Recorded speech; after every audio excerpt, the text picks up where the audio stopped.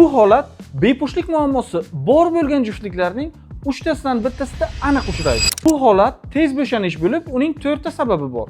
Birinchi sababi erkaklardagi haddan tashqari hayajonlanish hamda qo'rquv hisoblanadi. Ko'pchilik erkaklar jinsiy aloqadan oldin hayajonlanishadi va o'zini juftini qoniqtira olmayman degan fikr bo'ladi va bu esa ularning tez bo'shanishga sabab bo'ladi.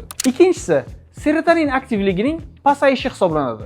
Serotonin bu neyromediator bo'lib, odatda urug'ni chiqmasligiga mas'ul hisoblanadi, ya'ni jinsiy aloqa vaqtida urug'ni saqlab turadi.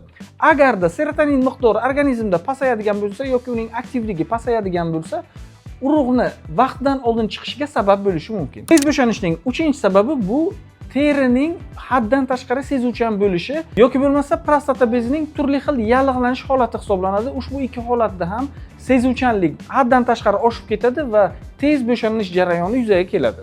Va nihoyat 4-si uzoq muddat davomida shakllangan tez jinsiy refleks hisoblanadi. Odatda uzoq yillar davomida, ya'ni yoshlik davridan boshlab porno ko'radiganlarda kelib chiqadigan holat hisoblanadi. Ular tezroq bo'shanishga harakat qilishadi va bu jarayon bir necha marta takrorlanganligi natijasida refleks rivojlanadi organizmda va oddiy jinsiy aloqa qilinganda ham tez bo'shanib qolishadi.